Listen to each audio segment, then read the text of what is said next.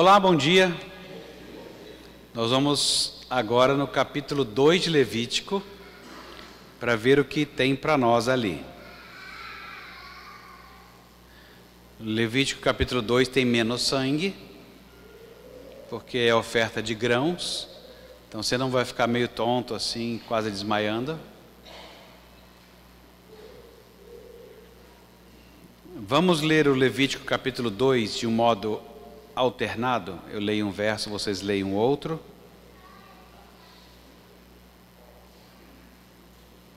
Levítico capítulo 2. Até a gente chegar ao final, quanto tempo tem que estar aqui?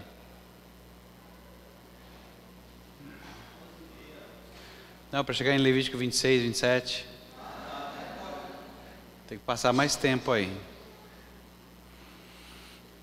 A palavra de Deus diz assim: quando alguma pessoa fizer oferta de manjares ou de grãos ao Senhor, a sua oferta será de flor de farinha.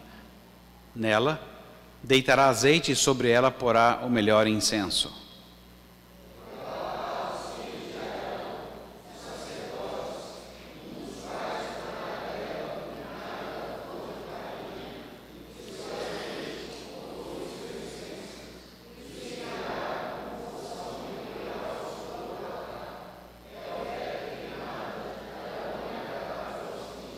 O que ficar da oferta de manjares será de Arão e de seus filhos. É coisa santíssima das ofertas queimadas ao Senhor.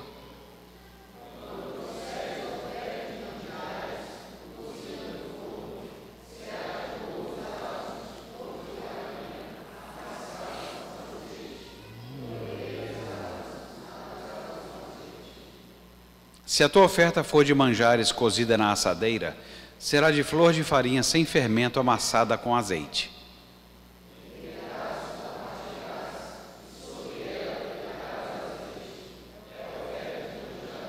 Se a tua oferta for de manjares de frigideira, far-se-á de flor de farinha com azeite.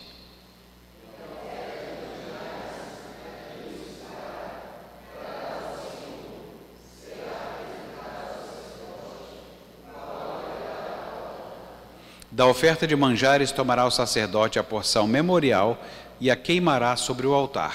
É oferta queimada de aroma agradável ao Senhor.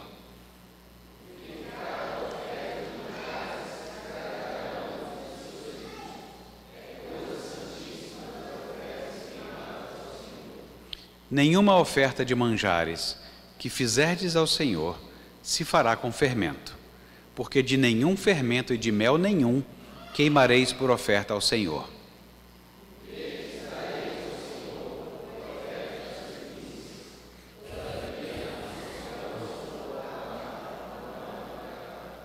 Toda a oferta dos teus manjares temperarás com sal. À tua oferta de manjares não deixarás faltar o sal da aliança do teu Deus. Em todas as tuas ofertas aplicarás sal.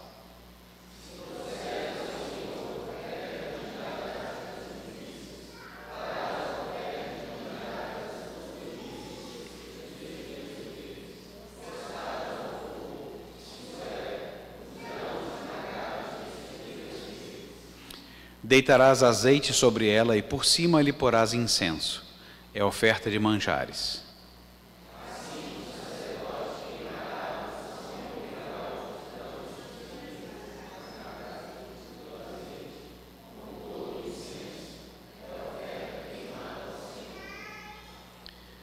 Capítulo 2, agora você tem uma oferta que também era totalmente queimada, só que uma oferta agora de grãos. Então, não só animais domésticos, mas também aquilo que você cultiva, o resultado do seu trabalho de plantio. Eu não sei quantos se lembram aqui, acho que esse ano deve fazer 41 anos. Então, se você não tem 41 anos, você não terá memória. E os que tiverem mais de 41 tem que ser um pouco mais, porque senão você também não terá sabido. Mas, pode ser que você tenha pesquisado ou já ouvido depois. Tem um poeta popular na cultura brasileira, que escreveu uma poesia, que depois ele musicou, e deve fazer agora uns 41 anos. É uma poesia chamada Drão, de Gilberto Gil. É uma das letras mais interessantes que eu já vi, porque Nessa letra, ele percebeu a beleza, a riqueza e o mistério do grão. Tudo que a gente sabe que é misterioso, mas ele conseguiu fazer disso uma boa música. Tem que morrer para germinar. Morre, nasce trigo, vive, morre pão. Queria ter escrito isso e musicado, feito uma letrinha evangélica, entendeu? Mas não, Gilberto Gil fez há 41 anos atrás. Mas vocês devem saber que há mais de 2000 anos, um evento sem precedentes na história do mundo aconteceu. Deus se fez gente e habitou entre nós. O grão da restauração foi semeado na terra, o pão vivo que desce do céu. Ele morreria e nós nos alimentamos dele, da sua carne, no símbolo do pão. A sua presença, a presença de Cristo crente, para adorar a Deus em qualquer ajuntamento público, é resultado daquela semeadura, resultado de uma mensagem que não estava restrita aos judeus. Jesus é o pão que desceu do céu, que alimenta todas as pessoas, pessoas de todas as nacionalidades. Houve uma ocasião no primeiro século em que Jesus viu o momento em que os campos estavam ficando brancos para a ceifa. E isso era o que significava?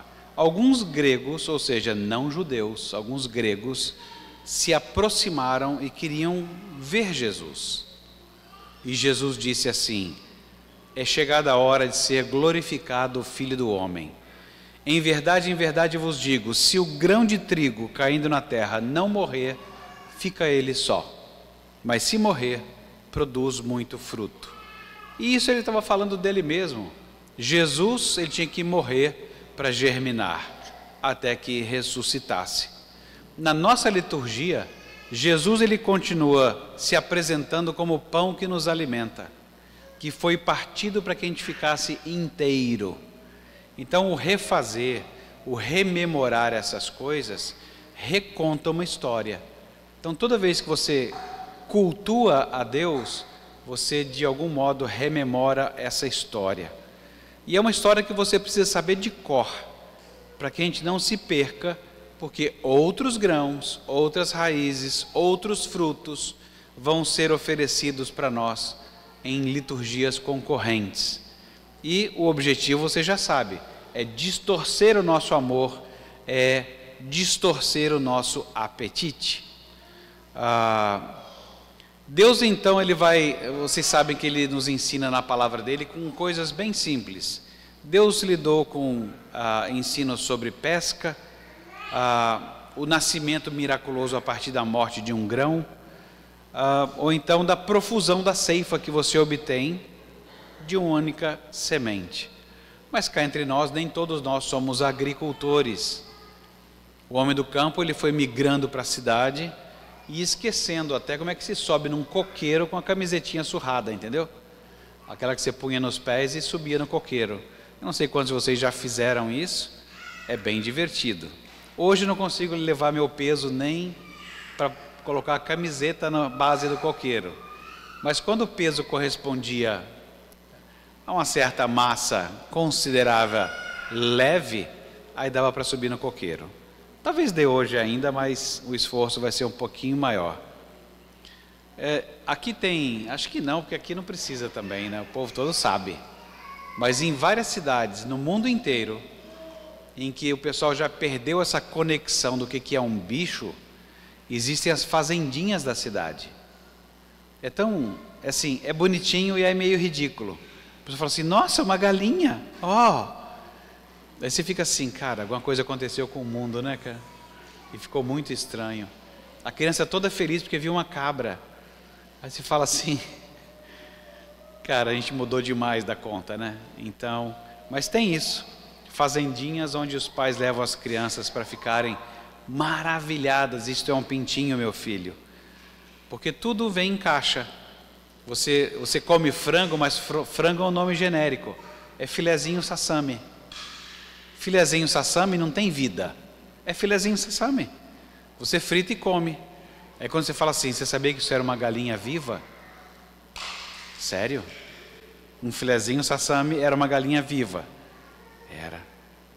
Uma coxa, vamos dizer que tulipinha de asa era uma galinha viva. Era. Então, assim, muita gente fica meio maravilhada com isso. É nessa hora que eu fico lembrando que o Isaías falando, o profeta, por que você gasta dinheiro naquilo que não é pão e suor naquilo que não satisfaz? Prestar atenção naquelas coisas que satisfazem. Teve um radialista nos Estados Unidos, na década de 70 isso, e ele quis fazer um elogio a um fazendeiro. E ele escreveu assim: olhando para trás, nós lembramos do 6º dia da criação de Deus. E Deus precisava de alguém para cuidar da sua criação. Então ele fez um casal de fazendeiros. Deus precisava de alguém disposto a levantar-se antes do amanhecer, tirar o leite das vacas, trabalhar o dia todo no campo, ordenhar as vacas de novo, devorar o almoço e em seguida ir à cidade e ficar até meia-noite numa reunião da cooperativa. É como se nós ouvíssemos Deus dizer: eu preciso de alguém disposto a sentar-se durante toda a noite com um potro recém-nascido e vê-lo morrer. E em seguida, secar os olhos e dizer: talvez no próximo ano. Eu preciso de alguém que possa dar forma a um cabo de machado, que possa ferrar um cavalo com um pedaço de pneu de carro, que possa fazer um chicote a partir dos fios de saco de ração e resto de sapatos. Alguém que durante a época de plantio e colheita vai terminar a sua semana de 40 horas na terça-feira ao meio-dia e em seguida com dor nas costas por causa do trator enfrentar mais 72 horas. Então, Deus fez o fazendeiro. É como se Deus dissesse: eu preciso de alguém forte o suficiente para limpar árvores e fazer fardos, mas suave o suficiente para fazer o parto de cordeiros e porcos, cuidar de pintinhos e interromper a poda da parreira para colocar uma tala na perna de um sabiá. Tinha que ser alguém que iria lavrar profunda e retamente, alguém para semear, para arrancar a erva daninha, alimentar, rachar, arar, plantar, amarrar, ordenhar e abastecer o coxo e terminar o árduo trabalho dirigindo para a igreja e lá agradecer a Deus por tudo que Ele fez e trazer a sua oferta a Ele, reconhecido que Deus é quem fez tudo ter vida e crescer. Esse misto eu achei muito legal dessa poesia, né, entre o fazendeiro faz e, na verdade, ele reconhece que Deus é quem fez tudo ter vida e crescer. Quando você lê esse capítulo 2 de Levítico, você percebe que uma variedade tão grande de tarefas é trazida à mente quando nós estamos reunidos, lendo aqui sobre a oferta de grãos. Aqui neste ritual, você entende melhor, ou pelo menos aprecia novamente, de como que você se aproxima de Deus. Em uma liturgia ao redor de mesa e palavra, aqui nós somos alertados de que há outras liturgias que vão tentar moldar nosso coração. Aqui, a nossa alma ela é desnudada, e a gente percebe muitas vezes o requinte alimentar de outras liturgias. Muitas ideias têm sido oferecidas para nós sobre como é um mundo bom com respeito à alimentação. O que você faz com os grãos? A gente estava conversando, né, o pessoal que é craque de café, que sabe tudo de café, temperatura que a água tem que ferver, o modo como tem que ser colocado o pó, enquanto muitos de nós tomam o café. Não sei se é de cevada, se é de café mesmo, se está escuro, se estava matos, tinha cocô de vaca junto, seco, não sei. Passou água quente, você vai e toma, porque é escuro. Ou misturou com café ou com leite, seja lá o que for. A gente acaba ficando meio enjoado. Quando você prova uma coisa muito boa, você fala assim: e agora? Como é que eu vou tomar aquele outro café? Porque você provou uma coisa tão boa e você não tem dinheiro suficiente para continuar comprando aquele grão. Aí você vai ter que tomar do outro mesmo. Então, eu acho interessante isso, porque a gente vai gourmetizando vários pedaços da vida. Durante muitos anos, eu empreendi uma busca do azeite perfeito. Rapaz, eu finalmente achei em Brasília o azeite, quer dizer, achei não. Eu achei uma mulher Jedi. Cara, você imagina, loja do azeite. Procurei, achei num lugar lá que eu não sabia chegar direito ainda, mas cheguei.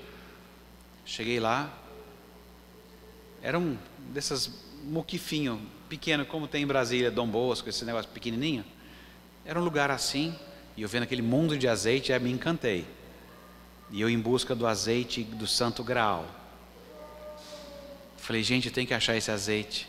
Eu tenho a memória dele, mas todos que eu já provei, nenhum deles. Aí, cheguei no balcão, não vi ninguém. Aí a mulher se aproximou, eu falei, ela está aqui. Ela era bem pequenininha, Jedi mesmo, cara. Ela falou assim, o que você procura? Eu senti já uma voz de sabedoria, sabe? Eu falei assim, eu procuro um tipo de azeite. Ela olhou para mim e falou assim, eu sei o que você quer. Eu falei, meu Deus, cara, é hoje. Vai dar certo hoje. Ela falou assim, um bom azeite não é fácil. Prova esse aqui. Me deu uma colher. Fechei o olho. Ela falou, o que você sente? Eu falei, sinto o gosto de grama. Tinha grama. Tinha grama e outros sabores que eu fui descrevendo para ela. E ela assim, isso mesmo. Vejo que és bom. Eu falei, eu sei. Aí ela falou assim, mas não é esse. Ela falou, não. O azeite que eu quero, eu fui tentando descrever para ela. Ela falou assim, não se faz mais azeite assim. Esse que você quer de uma prensa fria. E assim foi descrevendo. Eu falei, quer dizer que eu não vou achar, cara? Fiquei arrasado. Falei assim, deixa seu telefone. Se um dia aparecer um azeite assim, eu te ligo. Cara, como era tudo muito misterioso, eu deixei, cara. Telefone, Tarcísio, ou do azeite. Até hoje, cara. Tem 2 anos isso. E ela não ligou. Eu estou achando que só no céu. Tem alguns sabores que é bem isso. Se você ficar gourmetizando demais a vida e achar que vai ter prazer somente naquelas coisas, a alimentação ela vai tendo uma outra cara para você. Cada vez mais a gente encontra pessoas buscando a combinação perfeita. Problema nenhum. É só uma questão de gosto refinado. Problema nenhum. O problema acontece quando isso cativa o seu coração, os seus amores, e você começa a trocar, achando que isso é a sua redenção, a redenção da sua caminhada. Então o alimento ele deixa de ser uma oportunidade para apontar para Deus, com a sua maravilhosa graça, que é quem oferece os ricos sabores, e o alimento passa a ser redentor ele mesmo. É o alimento que te propicia uma vida melhor, é esse alimento que traz comunhão à mesa. Essa torta, quando minha avó faz, todo mundo se junta à mesa. É a torta da comunhão. Não precisa nem de Deus, cara, é só a torta. A torta faz isso. O café faz aquilo. É esse alimento que vai te dar uma vida melhor. Quanta gente, come alguma coisa e fala assim, isso aqui vai me dar longevidade, isso aqui vai retardar a minha velhice. Gente, a gente não é besta, quem é que não quer retardar a velhice? Qualquer um, exceto os mais capixabas, assim, venha velhice. Mas caso contrário, tem muita gente que quer retardar a velhice. E aí fica numa neura dos alimentos que vão ajudar a fazer isso. O alimento passa a ser a sua saúde. E aí você vai então cortando a conversa com Deus, cortando a gratidão a Ele. Porque afinal, é o alimento, é o chá que te dá paz de espírito. Cuidado. Você corre o risco de não aproveitar a ocasião para testemunhar de Deus e se alegrar com o verdadeiro chefe nessa história toda, que é o próprio Deus. Às vezes as pessoas passam uma tintazinha de texto bíblico, mas não tem mais nenhuma reflexão na hora da mordida, sem emoção e gratidão a Deus pelo paladar. Porque senão seria simples, desfrutar de uma coisa muito boa, você fala assim, sabe aquele pão francês crocantinho, você dá aquela mordida, você vai ouvindo crac, crac, crac, crac, crac, crac, crac. Aí você fecha a boca e fala assim, Deus, esse padeiro caprichou, Ele transformou esse trigo que o Senhor fez de um jeito, ficou muito bom. Obrigado, Deus. E obrigado pela vida desse padeiro que eu nem sei quem é. Mas é o Senhor que fez o padeiro, deu a ele a habilidade e fez o grão. E essa coisa toda que eu estou desfrutando. Então, às vezes a gente não considera que uma mesa posta, ou um momento juntos à mesa, gente, tem muito mais do que comida acontecendo naquela hora. Muito mais. Eu vou tentar, eu estou usando um conjunto de categorias aqui de um filósofo holandês, mas para não falar nem o nome do holandês e nem as categorias que ele usa, eu vou fazer uma descrição de uma mesa e vou juntar essas coisas todas aqui. São 15 categorias que ele usa e eu vou colocar, porque nos dá uma ideia bem boa do que acontece à mesa. É muito mais do que comida que está ali. Quando você está à mesa, nós somos um número, uma quantidade de pessoas que ocupa um espaço esteticamente arrumado. A nossa movimentação para chegar ao redor da mesa já vai mostrando a nossa relação com a alimentação. Se é de pressa, se é de calma, se é de desfrute, se é de distância. Se você está comendo, mas a cabeça está em outro lugar, essa movimentação mostra. A nossa composição biótico-física permite que você distinga o salgado do doce, o amargo do azedo, o picante do agridoce. Alguns dos alimentos ativam nossa percepção psicológica da comida. Algumas vezes você fala assim, rapaz, sabor de infância. Sabe, aquele doce de abóbora? Da infância. Aquela jujuba. Aí você compra aquela e fala, não, mas não é esse o gosto dela. Está diferente a fórmula. Ainda não é aquela jujuba clássica. Sabor de infância. Outros lembram, ao desfrutar de algum alimento, de algum momento marcante. Tenha sido ele bom ou ruim. Na fruição dos sabores, você analisa, você distingue. E você até imagina como é que aquilo foi combinado. E fala assim, pastel de angu. Como é que a pessoa fez isso? E você começa a tentar distinguir as coisas. O momento à mesa te insere historicamente como um dia propiciado, ou na igreja ou na sua casa, assentado com tais e tais pessoas. Você conversou sobre isso e aquilo, desfrutando daquele momento. Você certamente utilizou a habilidade dada por Deus da linguagem para falar da comida, da alegria que ela causou, falar com outras pessoas como estava delicioso, ou escondido falar como estava salgado. Bom, você socializou e você fez contas. Quanto você pagaria num restaurante por um prato assim?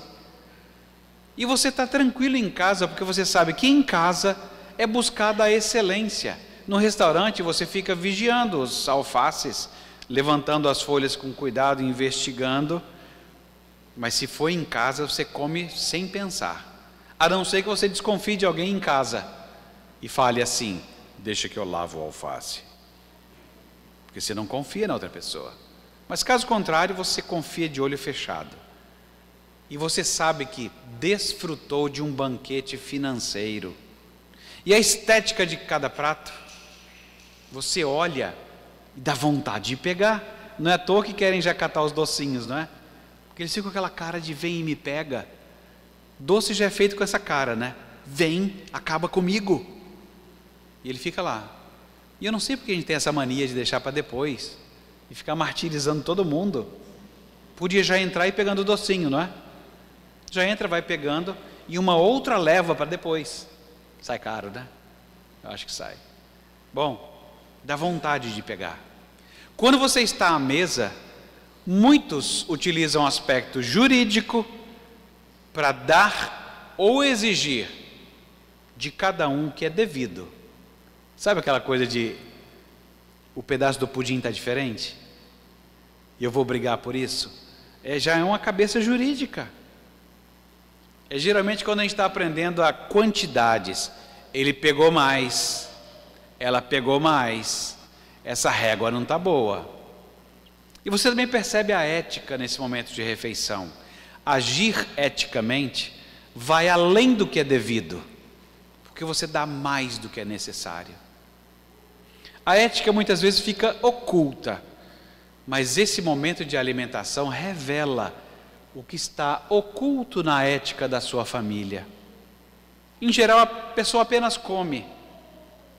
Sabe que bem que podia ser, não uma refeição daquela, mas podia ser uma marmitinha bem arrumadinha. Mas a ética da casa se manifesta ao recebermos mais do que o necessário, pelo simples prazer de fazer bem diante de Deus. E todos acreditam naquele momento juntos que Deus é bom ao prover para todo mundo de forma abundante. Isso é só um sentar-se ao redor da mesa. É só isso. Já tem tanta coisa, não é? Está acontecendo tanta coisa ao mesmo tempo. Infelizmente, algumas pessoas vivem como animais, apenas em ritmo de engorda, sem sequer se lembrar de agradecer o Criador. E muitos sequer consideram que deveriam ofertar por causa do sucesso do seu trabalho, porque Deus instrui assim. Deus conhece bem o nosso coração pecador e sabe que a gente gostaria de manter para nós mesmos, que a gente não gostaria de dividir e não gostaria de fazer outros crescerem.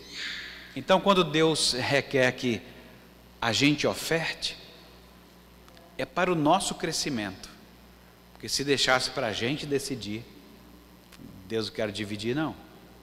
Você quer para quem? Eu quero só para mim. Mais alguém? Tem minha esposa e filhos, mas acho que eles não querem agora. Eu quero só para mim mesmo. Se deixasse, esses seríamos nós. Então a oferta, e a oferta de grãos, é para o nosso crescimento. Há tantas profissões diferentes e tantos ofícios que a gente não consegue nem classificar direito. Mas uma coisa é certa e destacada com essa oferta de grãos: tudo envolve trabalho, muito trabalho. Mesmo que você não esteja envolvido com algo próximo da terra, tudo requer muita dedicação. E é bom lembrar que quando Deus ensinou sobre esta oferta de grãos, que era voluntária, não havia riqueza e fartura. Não sei se vocês se deram conta de quando essa instrução é dada em Levítico. Eles saíram do Egito, Deus acabara de libertar o povo do Egito, do cativeiro, e dentre outras coisas que eles levavam nos animais de carga, eles levavam grãos que plantariam em Canaã. Vocês estão imaginando, será que você consegue conceber que no deserto eles separariam os melhores grãos para moer, preparar um bolo e depois queimar? Você não pensaria assim: rapaz, estamos pegando os melhores grãos do Egito e vamos plantar quando a gente chegar lá? Mas aí no meio Deus fala assim: então, essa oferta de vocês é desse jeito. Vocês vão pegar o melhor grão, vão moer, vão fazer um bolo e depois vão queimar tudo. Oh Deus, eu já estava aqui feliz que a gente ia chegar já em Canaã e lavrar a terra já contando com grãos de excelente qualidade. Agora, se eu falar um negócio desse, pegar o melhor, já fazer um bolo para queimar, Deus, a gente não teria o pensamento de que, cara, eu separei o melhor e o negócio vai ser bom. Aí Deus fala: então, o negócio vai ser bom, por causa de mim. Você fica achando que o negócio vai ser bom por causa do grão. O grão sem Deus é nada, é só grão. O grão sem Ele conceder vida ao grão é nada. O grão sem a chuva é nada. Talvez alguns até falassem assim, mas Deus, o Senhor nem come, o Senhor não come bolo. Deus não come mesmo. Para que Deus ia querer uma oferta de comida? Por causa dele mesmo? Se você prestar atenção ao modo como a oferta era oferecida, responde para nós. Uma parte era queimada e a outra entregue aos sacerdotes. Então, quando Deus instrui sobre essa oferta de grãos, é porque essa oferta, ela muda alguma coisa em nós, não é em Deus. Não mata a fome de Deus, nada disso. Essa oferta foi desenhada porque ela muda alguma coisa na gente. Essa oferta de manjar ou de grãos ou de cereais, as traduções variam aqui, ela é sem sangue. Ela se relaciona com o cultivo da terra. E como a gente já falou, requer investimento, fadiga, trabalho, muito trabalho, para que o alimento chegue e caminhe e chegue à nossa mesa. Então, esforço dos plantadores. Na oferta totalmente queimada que nós ouvimos do capítulo 1, a pessoa deveria entender que a sua vida por inteiro foi poupada e separada para Deus, ou seja, ela foi totalmente consagrada. Nesta oferta de cereal, ressalta-se que os frutos do seu trabalho têm relação direta com a providência de Deus e, portanto, devem ser consagrados. A melhor farinha, o melhor incenso, o melhor azeite, o sal e a ausência de fermento e de mel. E o resultado dessa oferta é comunhão. Então, consagração e comunhão estão associados a essa oferta de grãos. A melhor farinha, o melhor incenso, o melhor azeite, o sal. Quando você lê sobre essas coisas na Bíblia, chama a atenção, você fica pensando assim, como é que esses termos são usados em outros lugares? Para a gente entender um pouco melhor a oferta. Então você vai consultar o restante das Escrituras para poder ver esses elementos, farinha, incenso, azeite, sal, fermento, mel, para você voltar para essa oferta em capítulo 2 e procurar entender da melhor maneira possível. E aí você faz uma caminhada. Quando você lida com trigo, a farinha de trigo deveria ser a de melhor qualidade. Aí a gente vai encontrar regionalismo aqui no Brasil, né? Alguém vai dizer que a farinha, se chegar no Maranhão, é a Puba que é melhor. Eles gostam demais. Se alguém aqui é maranhense, todo maranhense tem que ter uma dentição boa. Se não tiver dentição boa, é porque não é maranhense. Por quê? Porque aquela farinha, rapaz, se você morder de certo jeito, você quebra o dente. Ela é dura. E tem gente que a aprecia profundamente. Se você for para a minha terra natal, que é Recife, vai ser uma farinha bem fina, bem moída. É essa que a gente chama de a melhor farinha. Bom, a gente não, né? Deus. Deus falou que era a melhor farinha, era a mais moída. É assim que ela era. E é por isso que a gente usa assim em Recife, entendeu? Bem moída, bem fininha. A melhor farinha. Então, a primeira ocorrência dessa palavra está em Gênesis 18, quando Abraão vai preparar uma mesa para o Senhor Deus, e ele se refere à melhor farinha da oferta de cereal, ou seja, oferecer o que tem de melhor. Então, a farinha mais moída. O incenso, o melhor perfume Deus requeria para si. E o incenso é interpretado no Novo Testamento, em Apocalipse, como sendo a oração dos santos que sobe até os céus. Afinal, o que haveria de mais agradável do que falar com Deus? Essa é a ideia. O azeite ele era usado em muitas atividades comuns, como preparar escudos, pintar, ou até passar óleo no corpo, mas também em associação com o ritual da oferta a Deus, com a unção de reis, quando derramava óleo na cabeça, de sacerdotes e ainda de profetas. Ou seja, a unção com azeite separa para Deus alguma coisa do uso comum. É como a gente faz na ceia, não é? O pão e o cálice são comuns, mas eles são separados do uso comum para esse momento. Eles não se transformam em outra coisa, mas eles são separados do uso comum. Em Isaías 61 você tem uma ajuda e dá uma ideia dessa simbologia da unção quando utilizada em pessoas, que é a ideia de estar revestido pelo Espírito Santo. Essa é a ideia. E o sal? O sal ele é difícil de ser interpretado. O incenso mencionado no nosso texto deveria ser temperado com sal.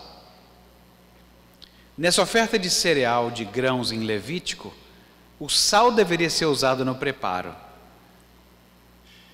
Olha, muitos anos depois, na purificação do altar, lá no livro de Ezequiel, as ofertas receberiam sal também, ou seja, todo mundo usava isso e continuou a usar. E essa expressão aliança de sal se refere sempre a alguma coisa relacional, em um processo de garantia de promessa, em que Deus é o mantenedor. Ele promete e ele mantém. Então, o sal parece propor esse relacionamento, que ele é indissolúvel quando está vinculado a Deus, e que a sua manutenção produz sabor.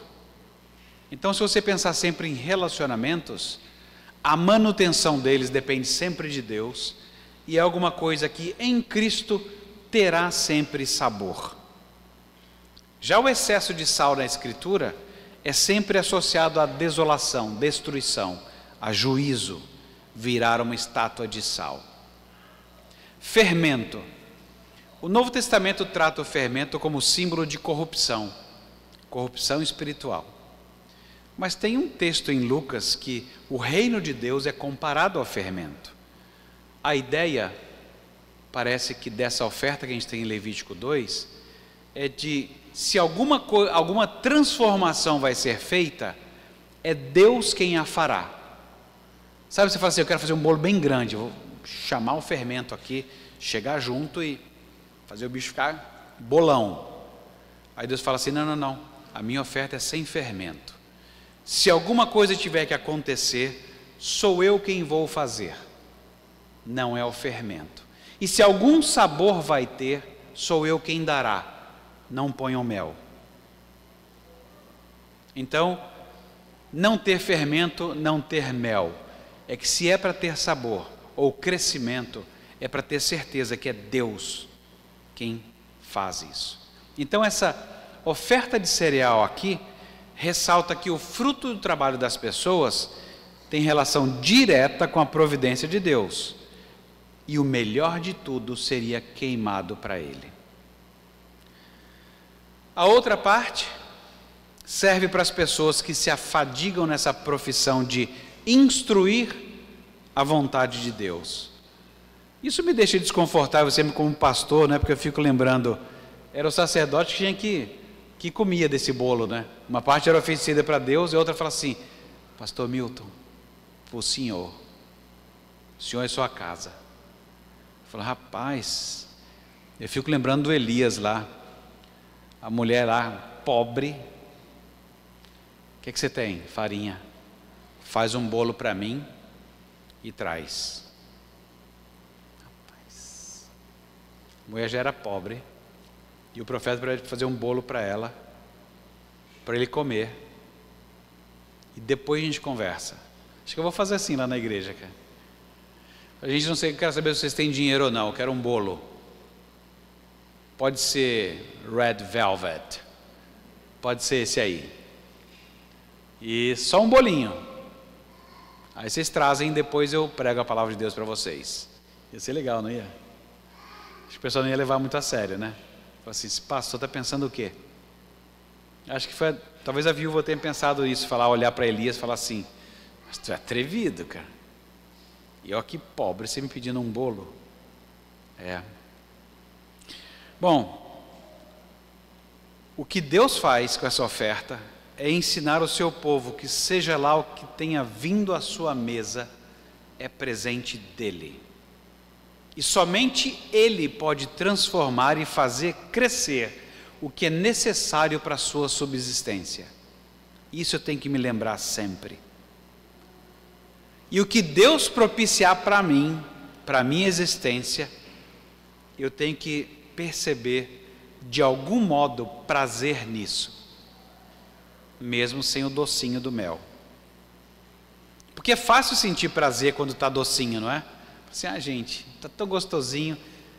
É igual aquele monte de receita que se faz, fala assim, eles falam um monte de coisas e falam assim, e uma lata de leite condensado. Aí você fala, cara, agora ficou fácil. Eu tenho certeza que vai ficar bom. Por quê? Por causa da lata de leite condensado. E eles ficam inventando coisa, e de repente 15 colheres de açúcar. Vai ficar bom. Gordura e açúcar. É receita perfeita para vai ficar bom. Mas o que Deus faz com a gente é isso. É fácil sentir prazer quando está docinho. Mas Deus faz a gente sentir prazer sem o docinho. É isso que essa oferta está lembrando para a gente. Isso não significa que Deus vai sempre tirar o docinho não, viu gente? Calma lá. Deus vai dar muito docinho para a gente. Mas vai haver momentos na vida da gente em que não vai ter o gostinho docinho. E nós vamos aprender a sentir prazer nisso, porque Deus está cuidando da gente. E mesmo sem o docinho, Ele é Deus e está cuidando da gente. Então, esse ensino aqui certamente nos auxilia, porque nós somos pessoas quebradas, inclinadas a sermos amantes de nós mesmos do que de Deus.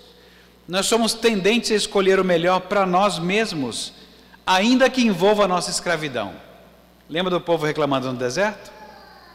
Cara, eu quero voltar para o Egito e ser escravo, pelo menos eu comia bem. Essa era a ideia. Eu era escravo, então a gente está disposto a ser escravo, desde que algum apetite meu seja satisfeito. Como seres humanos quebrados, a gente tende a desfrutar de uma mesa sem querer refletir acerca da providência de Deus. Tudo provém de Deus e deve ser tomado com ações de graças. E é mais do que só agradecer com a boca, é mais do que isso, é fazer com que outros sejam participantes das bênçãos. A Bíblia instrui claramente, não nos inquietemos dizendo que comeremos, que beberemos ou com que nos vestiremos, porque isso procuram aqueles que não conhecem Deus. Nosso Pai Celeste sabe que nós precisamos de tudo isso, mas a gente deve buscar primeiro o seu reino e a sua justiça, e tudo isso vai ser acrescentado. Mas não é verdade que não poucas vezes são essas preocupações que fazem parte da nossa lista de oração?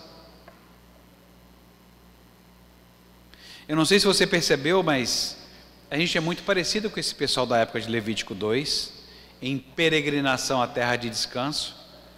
Na nossa jornada, nós enfrentamos muitos desafios reais, e dois deles em particular: a ansiedade e a incerteza. Sair do Egito àquela época significava sair carregado com um certo medo do desconhecido.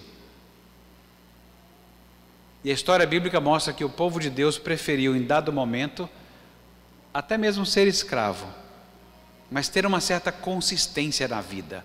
Sentir ansiedade e incerteza é muito desconfortável. Então eles preferiam, em dado momento, serem escravos, mas terem uma certa consistência, essa é uma rotina familiar, ou experimentar os sabores que a gente está acostumado. Deus mexe nessas coisas todas, com os sabores que nós estamos acostumados, porque Ele é o nosso sabor número 1. Mas essa transição não é fácil. Essa transição não é fácil. Que eles haviam aprendido já no Egito a cultivar, por centenas de anos, um amor desordenado.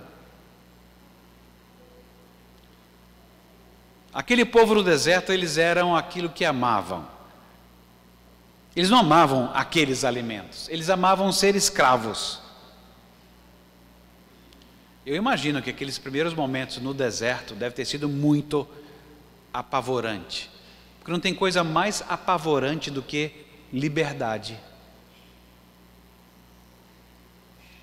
Liberdade dá tanto medo que eu chego e falo assim, pastor Milton, o que a gente faz agora? O que a gente compra? O que a gente vende? Para onde que a gente vai? É sempre bom que alguém diga o que fazer. Senta, levanta, lê a Bíblia, caminha, medita.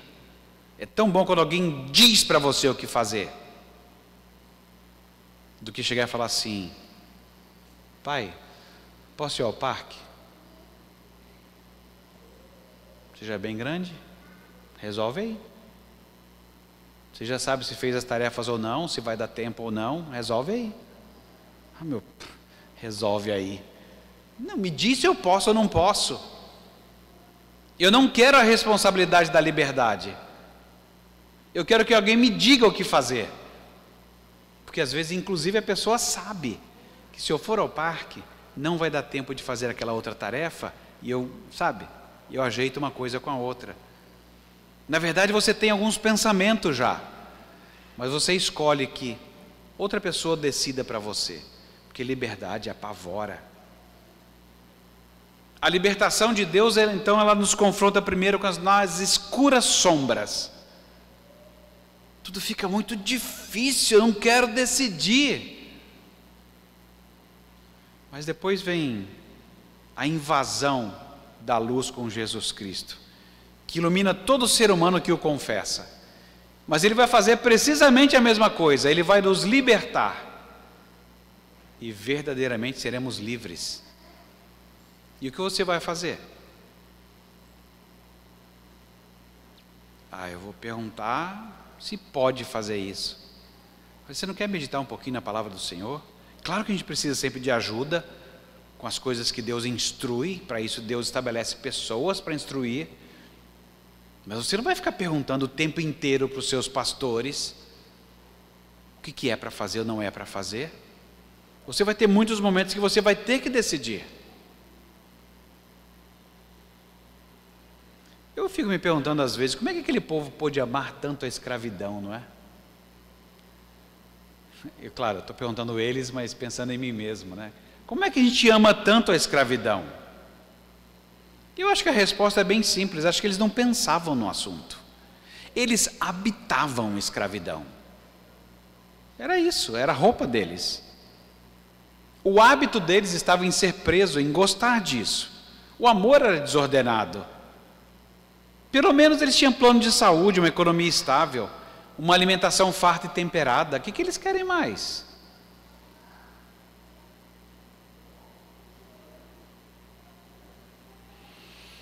Aí eu lembro de uma outra música popular. Vida de gado, povo marcado, povo feliz.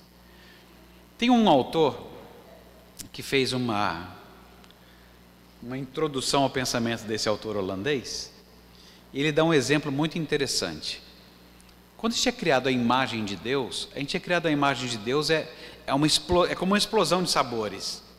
Nós somos uma explosão de coisas. Nós não somos só um bicho que se contenta em ter o que comer, ter o que beber, um cantinho para dormir e se deixar um macho e fêmea para poder ter algum relacionamento. Se for só isso a nossa vida, isso é vida de gado, isso é vida de bicho. Ter sido criado à imagem de Deus é muito mais do que isso. Envolve estética. Você nunca viu vacas no pasto olhando e falando assim: gente, que pradaria linda, merecia uma foto isso aqui. Alguma vaca já te contou isso, não?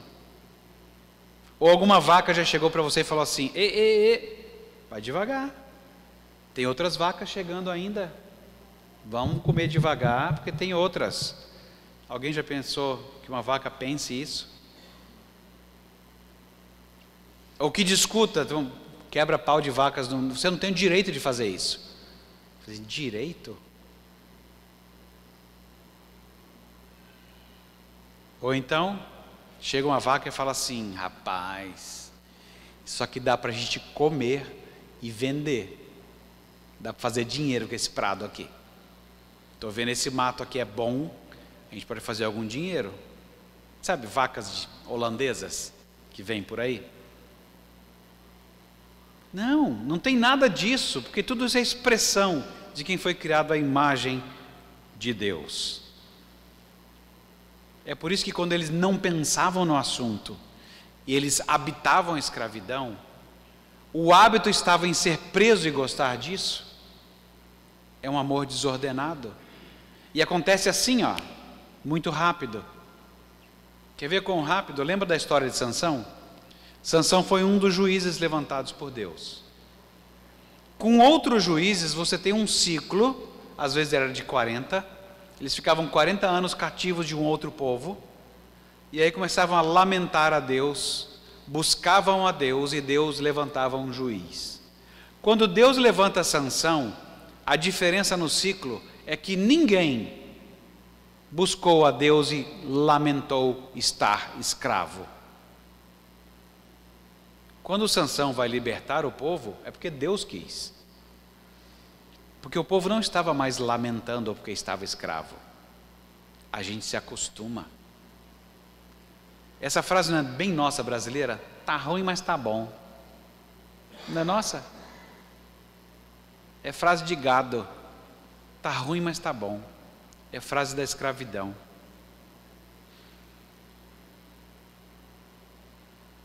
Eles ficavam contentes que tivessem um plano de saúde, não era por causa do plano de saúde, é porque eles não queriam mexer na situação em que eles tinham um lugar para morar, tinham comida para comer e tinham uma economia estável onde eles estavam. O amor é algo poderoso. O amor molda a gente. Lembra da Escritura? Ainda que restasse a fé, a esperança e o amor, o maior é o amor. O amor é quem ordena todas as outras virtudes. O amor coroa todas as coisas. Ele é um hábito, uma disposição, um tipo de aprendizado que se torna a sua segunda natureza. Eu morei uma vez num lugar em que tinha muito gelo e o pessoal ficava patinando no gelo. Aí falaram assim, vamos jogar hóquei no gelo? Eu falei, você está louco? Para eu colocar patins nos meus pés, eu tenho que pensar primeiro como é que vai um pé para frente e outro para trás. Eu tenho que pensar primeiro como anda. Eles não pensam como anda, eles jogam o jogo. Porque andar é uma segunda natureza para eles, é automático. Eles não pensam naquilo, eles fazem. Eu não conseguiria pensar no jogo, eu tinha que pensar se eu ia sobreviver. Eu olhava para a lâmina, isso aqui vai me matar. Eu vou cair em cima desse troço, eu vou me machucar. E como o seguro era pequeno, eu falei assim, eu não vou me envolver com isso, que eu vou me machucar de verdade. E aí estou fora do jogo. Mas é isso. O amor, ele é esse hábito, essa disposição que você nem... Ele é a sua segunda natureza. Deus quer nos formar assim, como os dedos do pianista, ou como dirigir carro, ou como patinar. O amor orienta você, governa você e governa a sua vida. Mesmo que você não perceba racionalmente o que está acontecendo. Quer prova disso? Quantas vezes você negou racionalmente, está gostando de alguém, está gostando da fulana, né? Aí você fala assim, eu não. Ou está gostando dele, né? Eu não. E quem está de fora está vendo a sua habituação. Senta perto, se inclina em direção à pessoa, conversa mais vezes, sorri diferente. A piscada dura 2 segundos. Aí você fala, nossa, que piscada é essa, cara? Durou 2 segundos para o cílio bater e voltar. O que está acontecendo aqui? Está todo mundo vendo onde você está habitando. Isso vai moldando você. É por isso que essa liturgia dos nossos encontros públicos com todas as partes ajudando a gente a adorar, a confessar, a agradecer, rememorar a história de Deus, esse ritual é uma forma de ser habitado de novo e de novo, até que o seu amor desordenado seja corrigido e venha a ser um amor inclinado a Cristo, ao seu reino, e o que Ele deseja para você e para quem está ao redor de você. É esse movimento que Deus vai fazendo também com essa oferta. E por isso que essa oferta é tão importante, que ao trazer uma oferta do seu trabalho, que na maioria dos casos hoje é dinheiro, apresenta a mesma dificuldade do grão. Quando você pensa assim, mas 10% de dinheiro parece mais pesado que 10% de grão, não parece? Parece que se o cara trouxesse um punhado de milho aqui ou de trigo, não pareceria tão pesado, porque 10% de dinheiro parece tão... Aí você vai falar assim, esquenta a cabeça não, porque o Novo Testamento não ensina sobre isso. Eu gosto tanto disso, cara. Quando as pessoas falam isso, eu falo, é verdade, cara. É verdade. O Novo Testamento só vem destacar uma coisa muito importante, que os 10% era só uma base mesmo. Não se preocupa com os 10%, ele era só uma base. Você pode ir bem além disso, não se preocupa não. Ele falou, não é disso que eu estou falando. Estou falando para menos, Aí eu falei assim, aí não dá muito certo não. Você não ia conseguir provar isso. Eu vou ofertar o melhor grão. E Deus vai me fazer prosperar com menos do que eu imaginava começar. Foi isso que Ele fez com eles, não é? Ao ter a oferta do melhor grão. Eles sabiam que iam prosperar com menos do que eles iam começar. Porque eles sabem quem é o garantidor disso. Quem é que vai sustentar? Quem é que vai cuidar da minha família? Mas aqui vai a minha oferta de grão. Porque ao fazer isso, eu testifico que há um único grão com o qual importa ser alimentado, que é Jesus Cristo. Então, a oferta de gratidão como essa aqui, reordena o nosso amor e testifica do único grão que sacia a nossa fome. É assim que Deus faz.